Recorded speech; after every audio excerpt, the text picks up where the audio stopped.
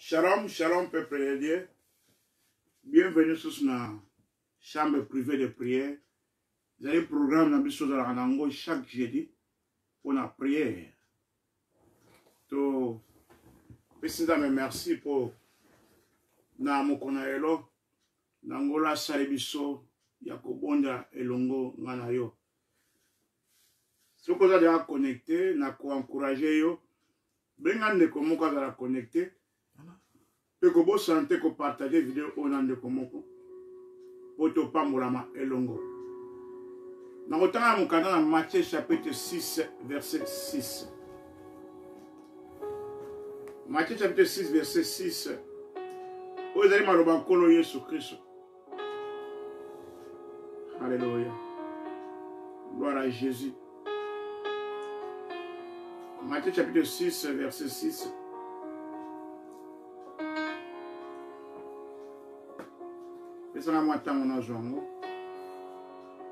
Matthieu 6, verset 6. Gloire à Jésus, gloire à Jésus. Zamba zamara on bien-aimé. Asab sur ma mouton surtout. Yes, oui. Mais quand tu pries,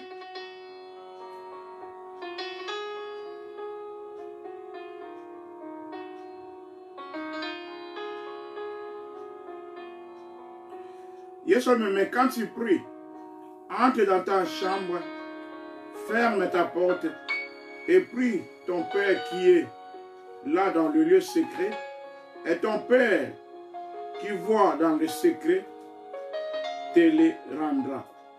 Amen.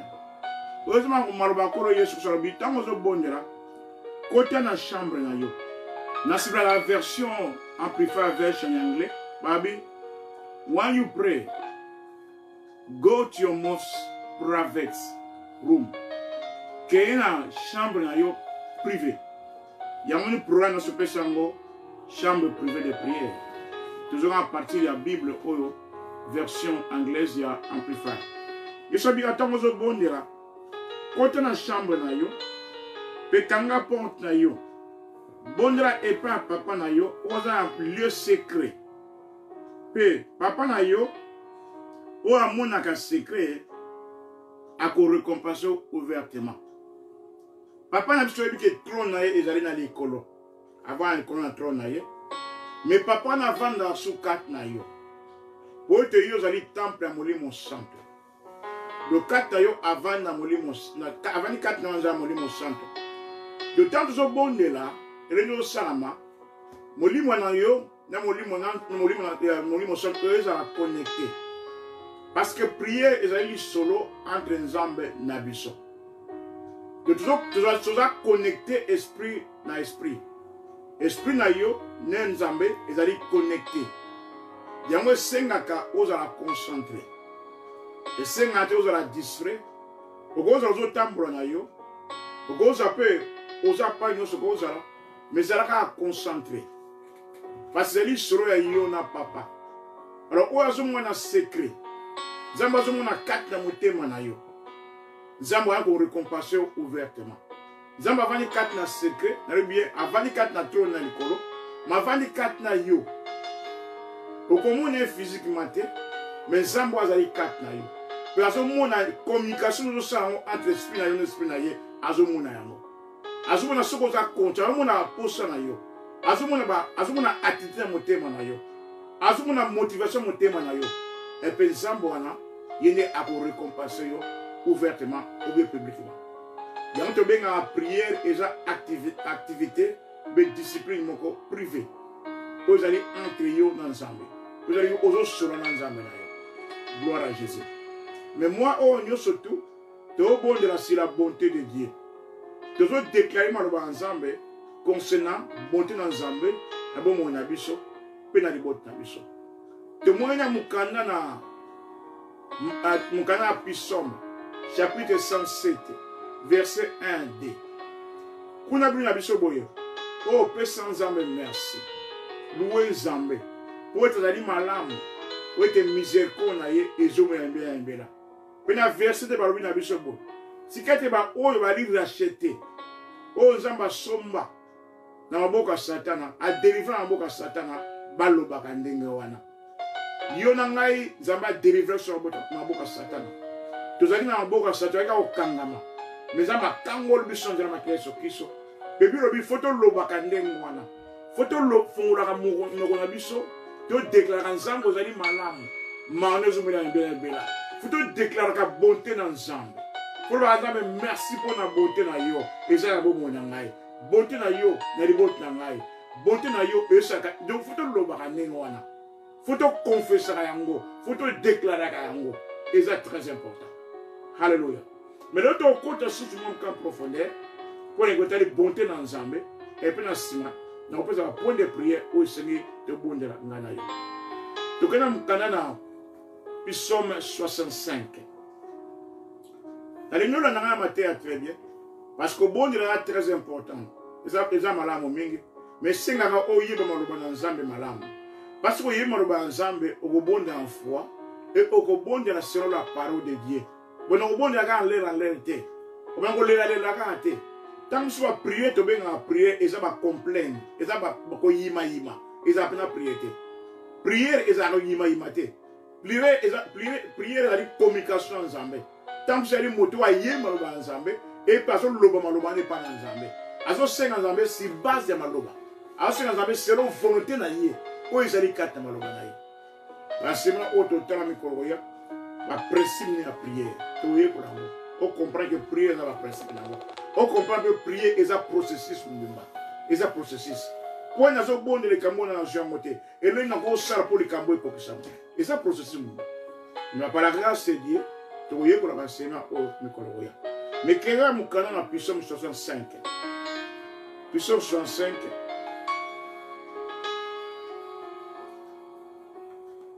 psaume chapitre 65 totanga verset 4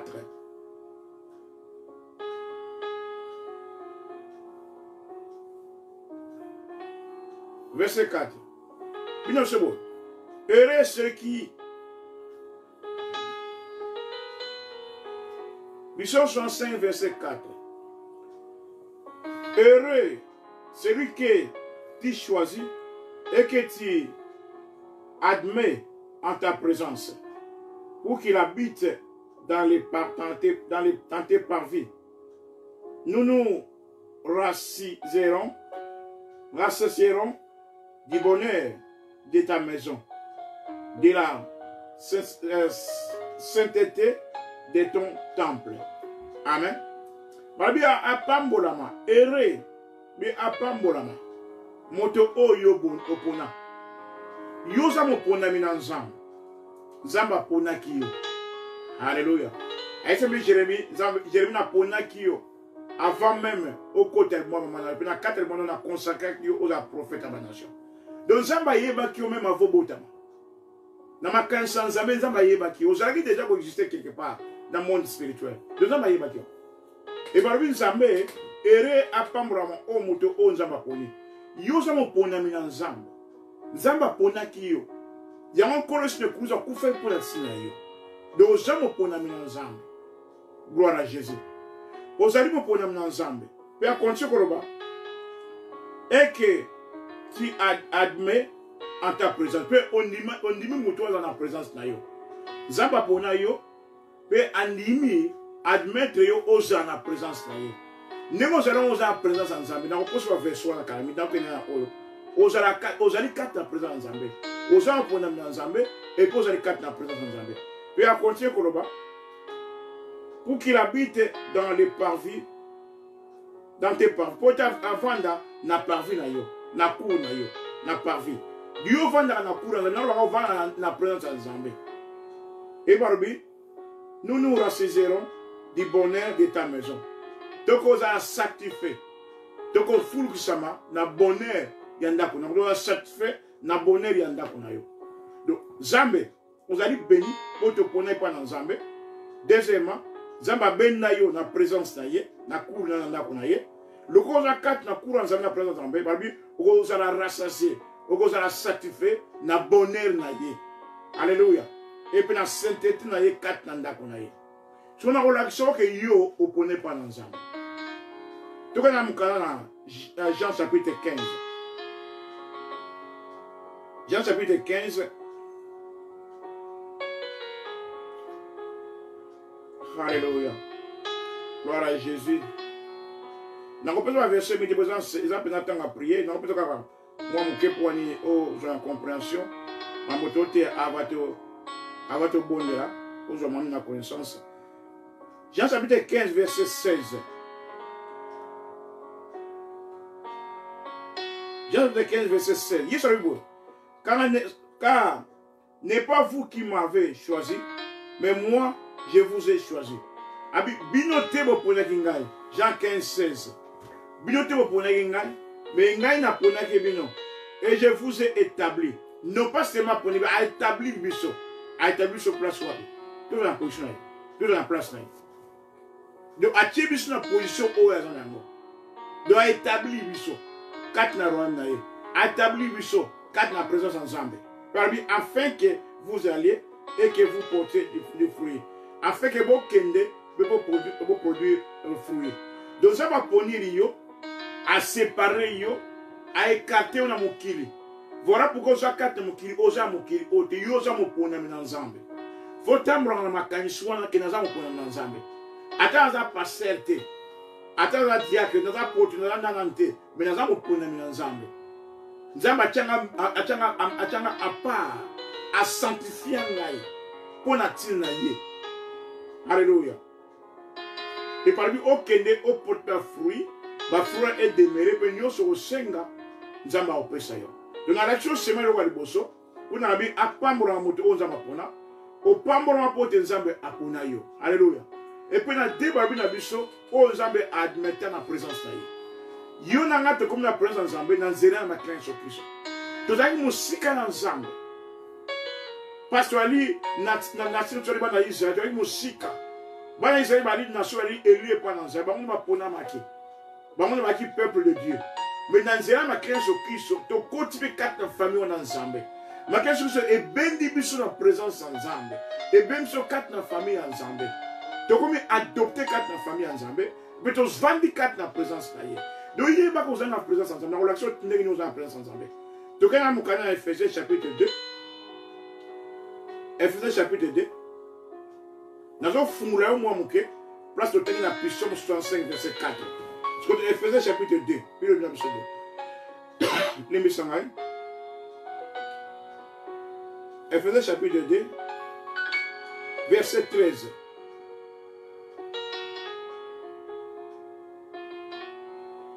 Ephésiens chapitre 2, verset 13. Dis-moi le Bible.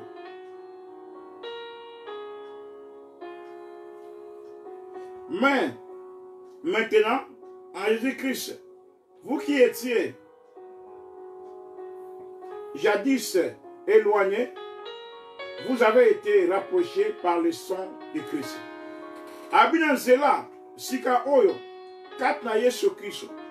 Bino ozaki éloigné.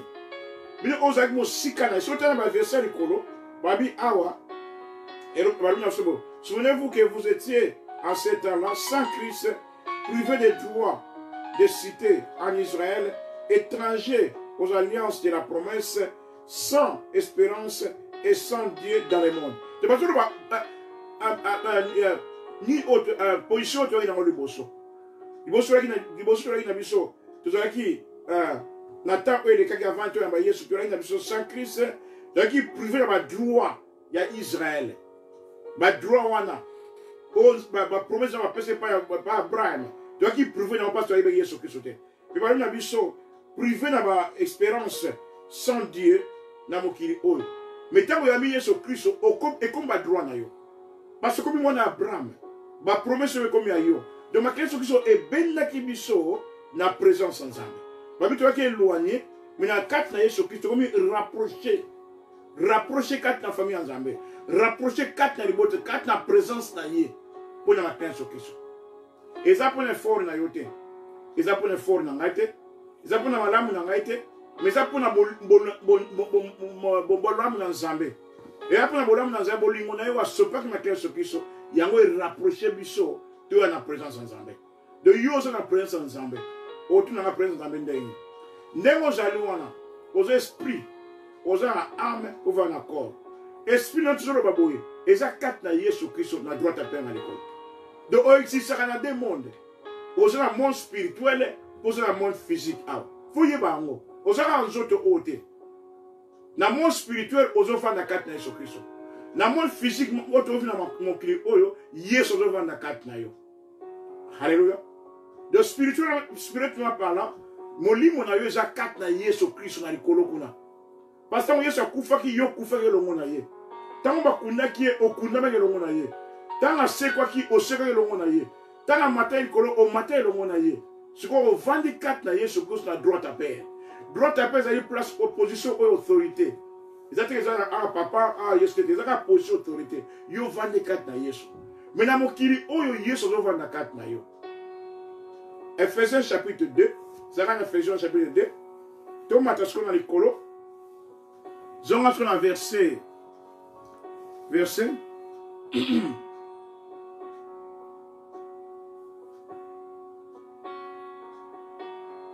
Thomas verset 4. Mais Dieu qui est riche en miséricorde, à cause du grand amour dont il nous a aimés, nous qui étions morts par nos offenses, nous a rendus à la vie avec Christ. C'est par la grâce que vous êtes sauvés. Verset 6. Il nous a ressuscités ensemble et nous a fait asseoir ensemble dans les lieux célestes en Jésus-Christ. Mon ibaruni. Biso toraki na masumu musika Yesu Christ. Mais nous avons la richesse à miséricorde à cause de mon naye. Alinga kibiso. Puis à ça nini à sécurité kibiso. Quand on va couper, on va entendre na Yesu Christ. Puis à ça nini à ceux qui sont ensemble dans Jésus Christ, puis à ceux qui vont ensemble dans Jésus Christ, dans les colos, quatre dans Jésus Christ. Alléluia. Donc, il y a un moment où on a battu les autres symboliser pour qu'on fasse que ce qu'on a Jésus. Donc, tant que ça coupe qui au coupe le monde aille. Tant que ce que au ce que le monde aille, tant que Matthieu le monde aille, ce qu'on vend les quatre dans Jésus Christ dans les colos. Alléluia. De poser les poser, il y a un faut y baka. La nana n'a pas de matériel, nous comprenons mon mot très bien. Donc, nous sommes sur le canal. La puissance ou ton côté après si on la n'a pas de comprendre pour les autres na comprendre na ce qu'on a moment que non bon temps dans les quatre yo pour les ambassades quatre yo amen. Alors donc aux quatre na Yesu Christ na l'école ce qu'on a c'est awa Yesu avant les quatre na yo na mokili o avant les quatre na yo quatre esprit na yo moli mona on a tiré les connectés ensemble dans mon centre mon gros o ya Yesu Christ Yesu agi quatre na yo, azo vanda quatre na yo, dans un molimo santo. Tu viens mon canal dans Colossiens chapitre 1. Colossiens chapitre 1. Colossiens chapitre 1. Verset 27.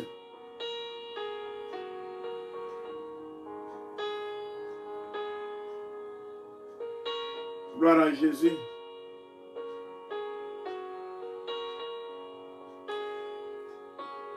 À qui Dieu a voulu faire connaître quelle est la glorieuse richesse de ce mystère parmi les païens, savoir Christ en vous, l'espérance de la gloire.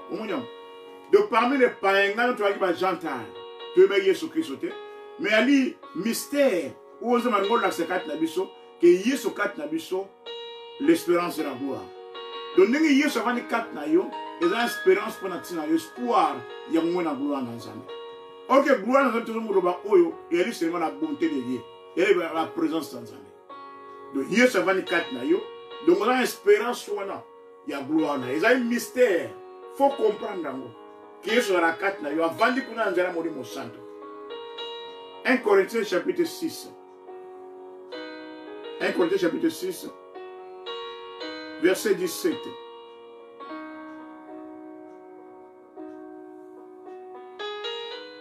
1 Corinthiens chapitre 6, verset 17.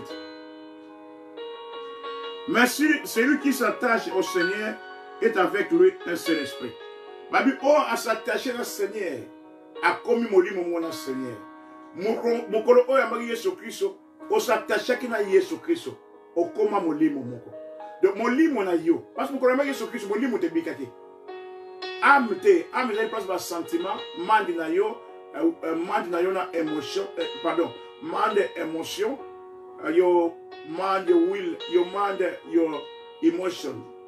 Amen. Ils ont wani âme na yo. Mais esprit na yo te bikaki. Âme, bien mind nous a renouvelé mon moteur comme le banzambe. Et puis nous autres et au bika na tam oya ya résurrection et tam auto connaître là. Les gens au bika. Mais âme na biso ils a molimo na mind nous a renouvelé mon moteur. Mais tant que tu as envoyé sur Christ eux bikaka, ils allaient molimo. Na tango molimo na yo ebiki et comme régénéré ou comme na sika et pour sangana Yesu Christ au comme esprit moko. Le yim sovani 4 na nzaya molimo santo molimo na yo naturel na molimo santo et sangana ensemble. Gloire à Jésus. Amen. Ce que tu as sur na verset 19. Bah oui, ne savez-vous pas que votre corps est le temple du Saint-Esprit qui est en vous, que vous avez reçu de Dieu et que vous ne vous appartenez point à vous-même. Moni abalmini. Zot no eli temple mo santo. O zo ke ute pa na Nzambe, o s'appartenir à yo mon côté. Na lobaki nyeke. Nzamba vani 4 na yo. Donc ozali wana wali ndako na Nzambe o etambolaka. Ozali temple na Nzambe o etambolaka. Ozali building na Nzambe o etambolaka. Nzamba vani 4 na yo na Nzambe mo santo. Alléluia. Surtout que sur musika. Même l'église, elle est là qu'on a ensemble. Ils n'ont pas fait la 4 églises. Il y a Yesu là où 2-3 personnes ensemble, je suis au milieu d'eux. Donc, notre dans l'église, et elle peut être là qu'on a ensemble. Individuellement, parlement, tu vas aller là qu'on a ensemble. Mais collectivement, tu dois former là qu'on a ensemble. Dans l'église locale, tu dois former là qu'on a ensemble. 1 Corinthiens chapitre 3. 1 Corinthiens chapitre 3, au moins dans le verset 9 et verset 16. De toujours représenter Nako dans l'ensemble. Alléluia. Bon, tout le monde a point de ma brango, nous sommes toujours le babo. Toujours ma sikoyo. Il y a un correcteur tant au yomoko pour comprendre que aux alipes, tout le temps on comprend qu'on est dans l'ensemble. Tout le temps on 1 Corinthiens chapitre 3. Comment on comprend ma terre au point de au bon de la foi. 1 Corinthiens chapitre 3, verset 9. 1 Corinthiens chapitre 3, verset 9. Peut-être sauter tout ça dans 16. En effet, puisqu'il y a parmi vous, verset 9, pardon, car nous sommes ouvriers avec Dieu, vous êtes les champs de Dieu, l'édifice de Dieu. De pour la soirée, l'église à Corinthe, Abinana Apollos, tu as sali ensemble, mais bien wali édifice wali ndako ensemble, wali building ensemble. Alléluia. Avec une église, vous allez building ensemble. Vous allez seulement bassin ensemble. Vous travailler 4 building ensemble. 4 éléments ensemble. Puis la verset 16. Alors, ne savez-vous pas que vous êtes le temple de Dieu et que l'Esprit de Dieu habite en vous. Donc, à vous rappeler, Bango. Ne vous rappeler, yo. Yeba eke, église yo kendaka, et elle est temple de santo. Zaba vanda 4 na bino. Yo mo pe individuellement fo yeba ango wali tampa muri mo santo. Wala pa fo yeba ndeni ya utamba na mukiri oyo. Ndeni ya ko protéger zote wali tampa muri mo santo. Ko sa hablo pam bate parce que nzamba do vanda 4 na yo. Yo wali tampa muri mo santo. Lingo tambla 4 na sainteté na grâce sans Nzambe. Lingo oyeba ndeni ni ko entretenir zote ko kota mo pam bate. Ba ikobo te ko sa na ngote. Wali tampa muri mo santo. Ko sa na wana, ko so comme ça temple wana salité. Et ça va te remsote. Ou comme ça temple la salité. Gloire à Jésus. Amen. Donc, individuellement parlant, mon chrétien, ou un bail sur Christ, ali temple mon santo, Zamba 24 dans un mon santo, et puis collectivement église, et ali peut building en Zambé, un temple mon santo, ou Zamba 24 nous sommes ensemble. Dès tout ça ensemble, Zamba 24 nous sommes complétant. Alléluia. Gloire à Jésus. Surtout zonga, na pisome 65 pour te côté na prière na biso total point na memusi na makambo onyo soto na expliquant muzino poto bondela elongo ngai na yo. Psaume 65.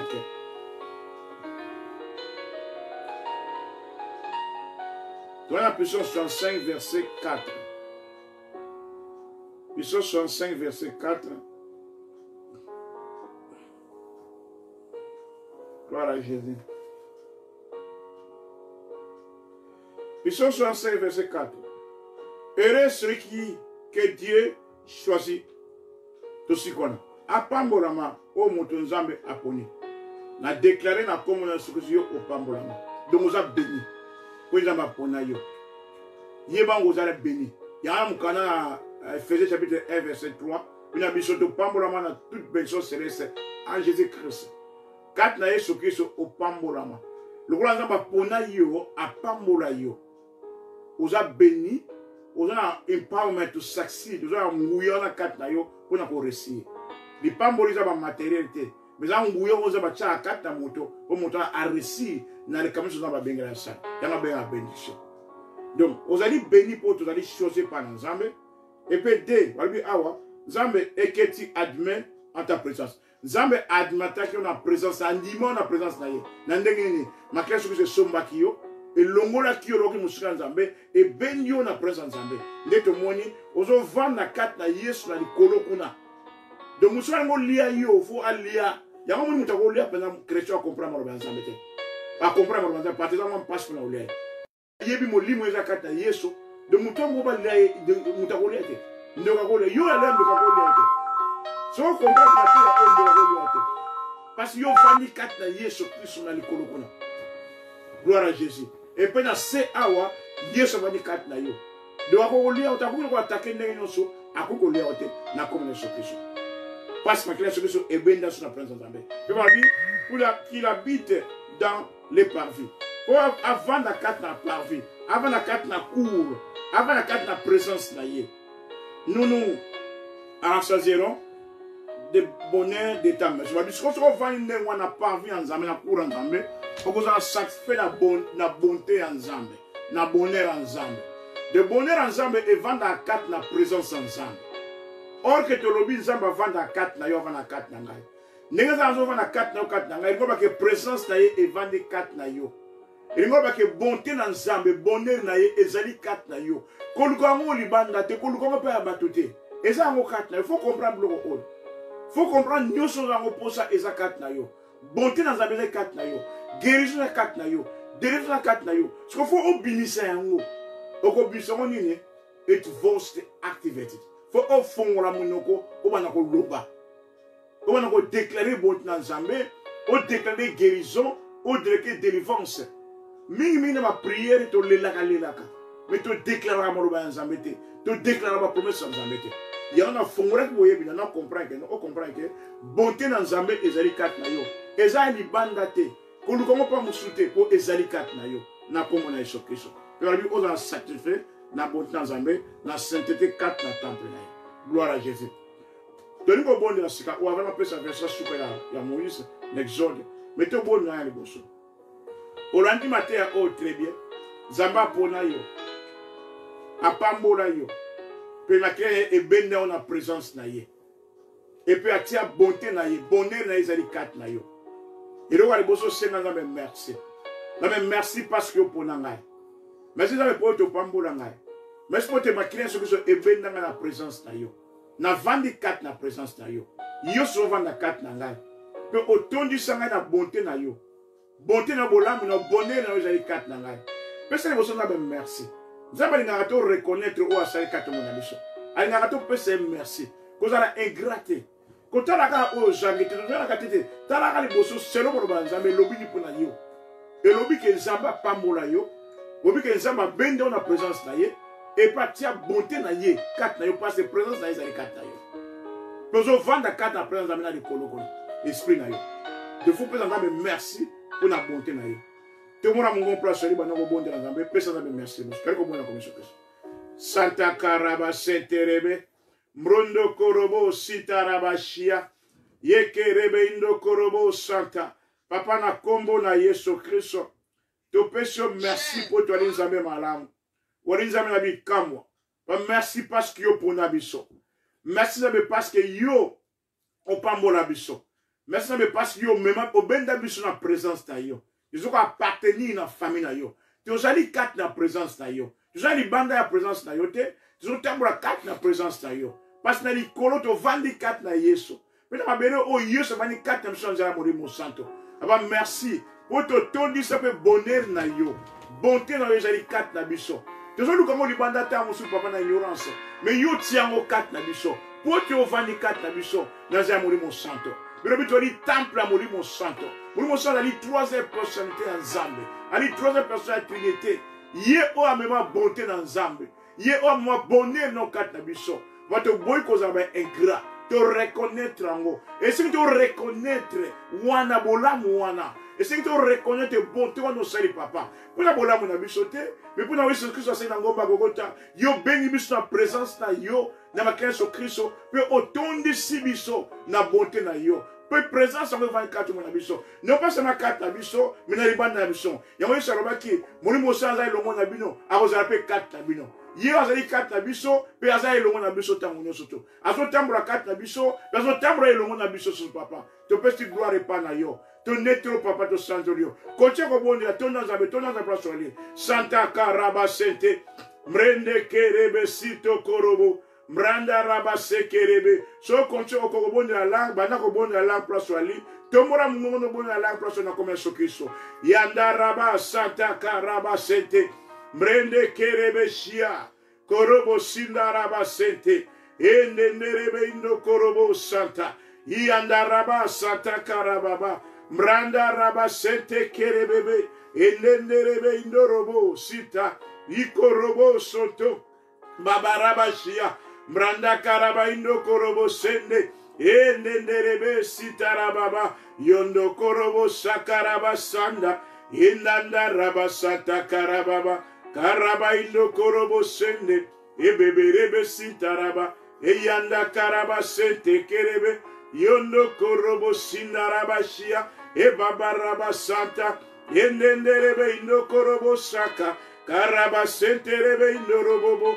omrondo robo sindaraba embranda karaba santa eyanda raba saka kontiko to Nzambe pona bonheur na ye pona bolamu ne kat na libota na yo même kat na église na yo même kat na bandeko na yo même kat na mobali na obana opesa na merci pona bonheur pona bolamu na ye ezali kat na libota na yo eli kat na yo eli kat na lingomba na yo eli kat na mobali na mwasi na yo soba ya Yesu Kristo tonga Nzambe pona tsina yango yanda karaba santa embranda raba indo korobo senterebe mrende kerebe shiaraba sende eyanda raba sata karababa omrondo robo sinda eyenderebe indo korobo sente ebaba raba sata mranda raba indo korobo sinda raba shia embrende rebe indo korobo esata karaba sende eyenderebe indo korobo saka karaba sandaraba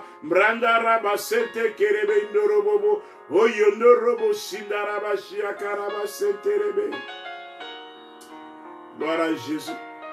Bible a constaté les gosses ensemble. Elles ont le comme aux sama quatre mona yo. Na kombo na Yesu Kristo. Azo croire nguya lobi que zo tambola place aux amis. La bazo big samde komoko. Oh, tu me sens dans la vie tant que mon mari. La mazo big son a comme on a Yesu Kristo. La mazo big son a cancer ou on a comme on a Yesu Kristo. Allez, nous avons bikam. Na pameli ango na comme on a Yesu Kristo. Na pameli cancer ou on a. La libéré dans la comme on a Yesu Kristo. Libéré à droite na pameli ango na comme on a Yesu Kristo. Bika na kombo na Yesu Kristo.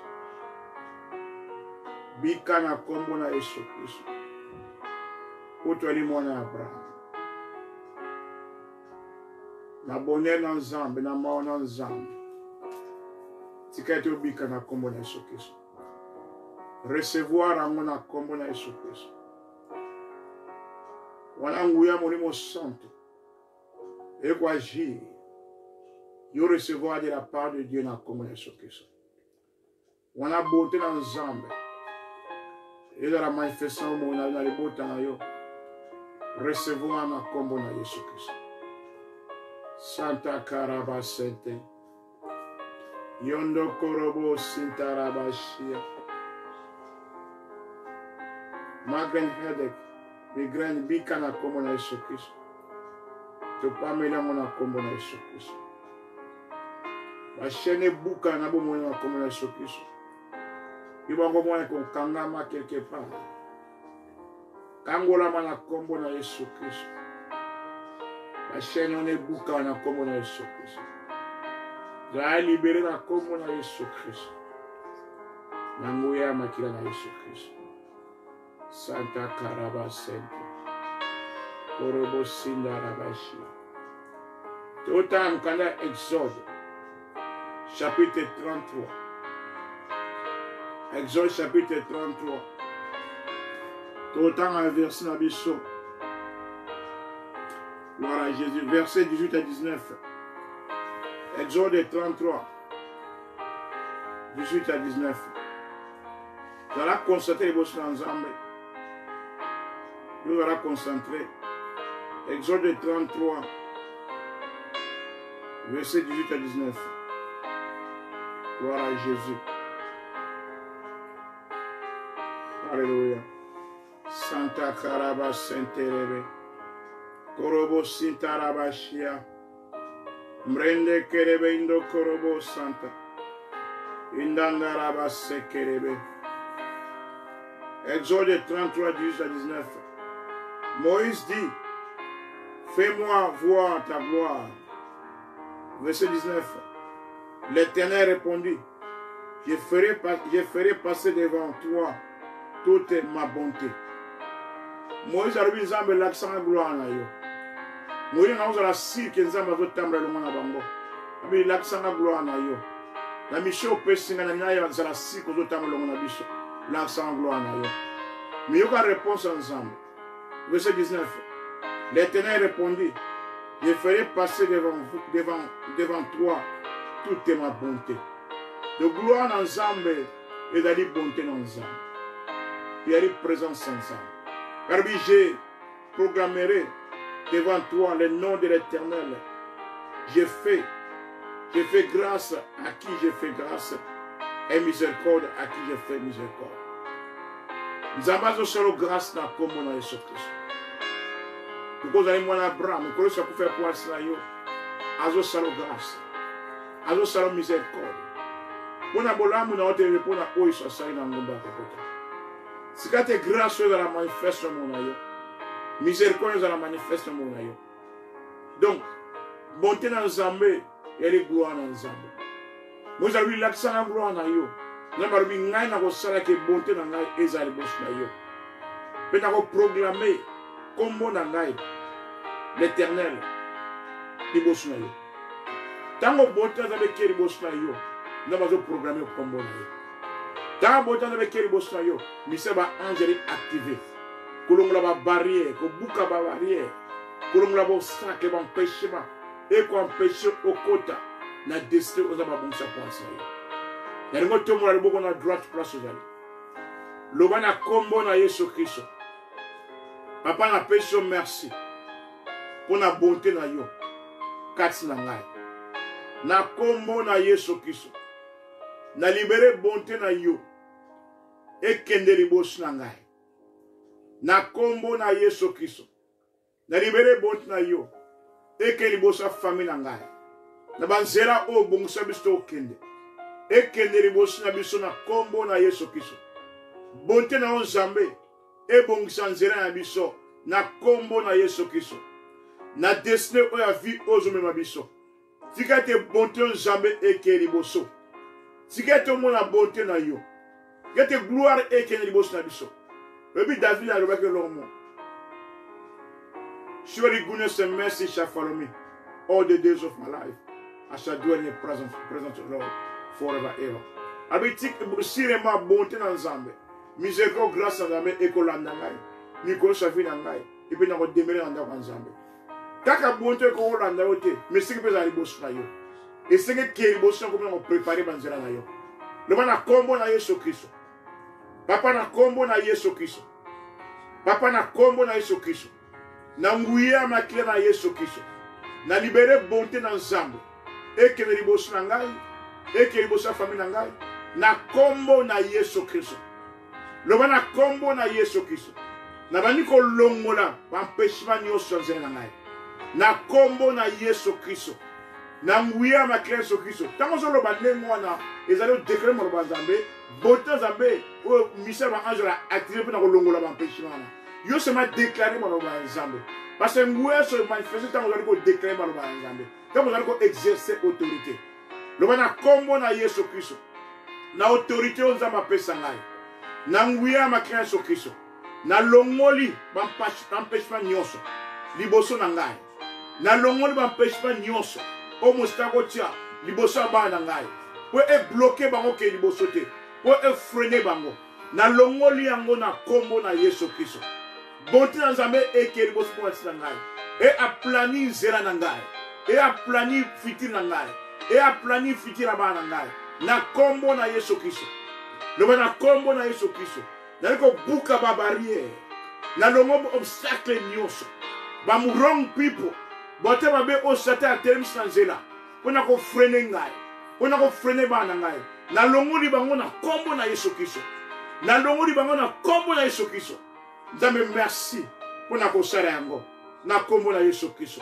Bonda parce que bana ko bonda bonda sko yo ko bonda yo ko pena quelques minutes bonda pona na continue kili na bonda pona tsana ko bonda Santa Karaba Senterebe Mrondo Korobo Sitarabashia Kerebe Sitaraba Senterebe Mranda Raba Sakaraba Korobo Sindaraba Sente Yende Kerebe Indorobo Sanda Karaba Santa Beberebe Indorobo Mranda Raba Sekerebe Shia Inondo robo sakaraba sente.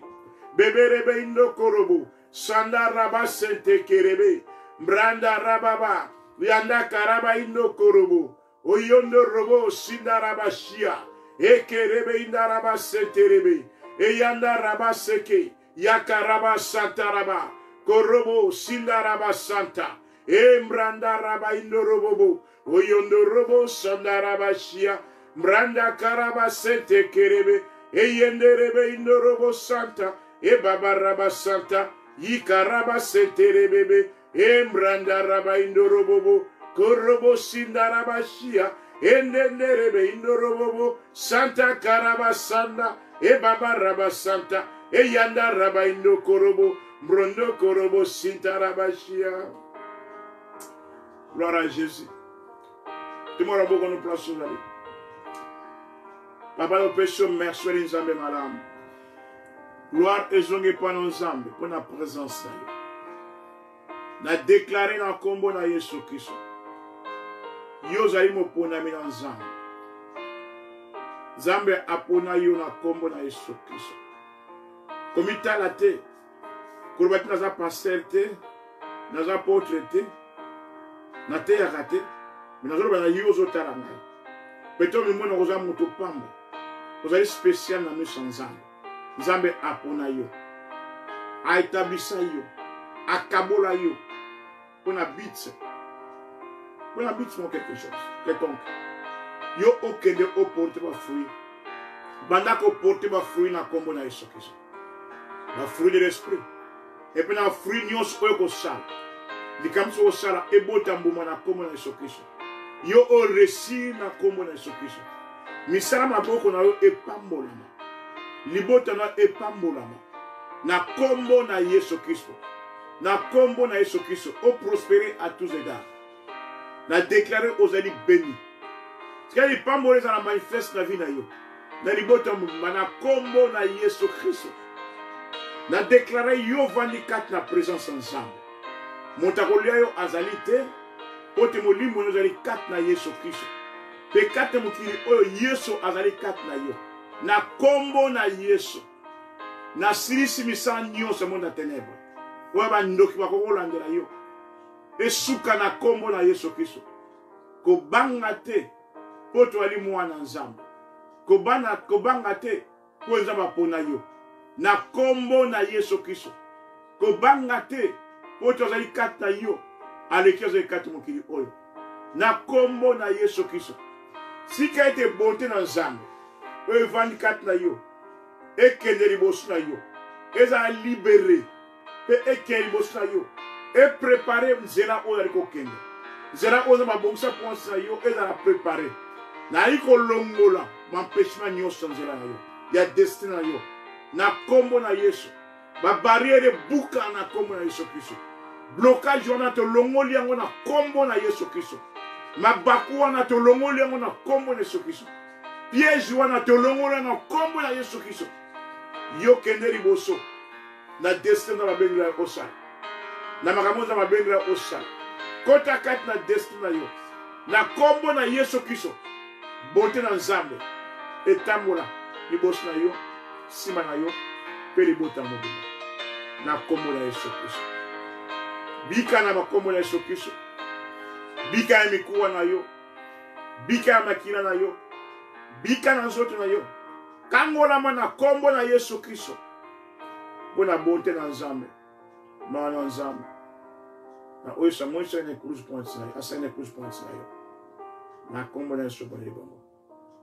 Amen. Amen. Zamba pambola wa. Zamba pambola yo. Bona fidélité na yo. Ozwaki tango oyo. Koza connecté na programme oyo. Na croire que question de 4 ans na yo. Nena robaki so sambra te luka église ba ko sambra. Oko vanda kata makola pasteur ko yo kwa Nzambe. Par exemple na bonté na Nzambe na présence na Nzambe kata église ensemble local plateau sambra. Tuna lingomba to vana Londres. Invité yo après confinement ya ko visiter biso. Ma détails za loana somi ba détails na ko benga ko renter yo après makambo ya ba confinement oyo ya ko visiter biso. Cela connecté dimanche prochain, dimanche prochain plutôt, dans le service d'adoration à partir de 14h. Et puis jeudi prochain, de côté enseignement aussi, la prière, délivrance, wrong people. Toi, la femme, nous n'avons aucun bateau à ma baie. Wrong people, evil thing, wrong people. Bateau sénité, dans la carte, la vie. Ou bien, il y a peut-être qu'on a un problème, qu'on fait une mission. Tout est bon, tout ça. Côté à matière et puis au bon point to kanga wakata wa Nzambe akanga ba porte côté ba kusa pe mona bisote côté ke liboso na ozo ba benga sto sa na kusa namba pambola yo kitokuta mikoro ya dimanche zara benga kwa Yesu Kristo. Bye bye.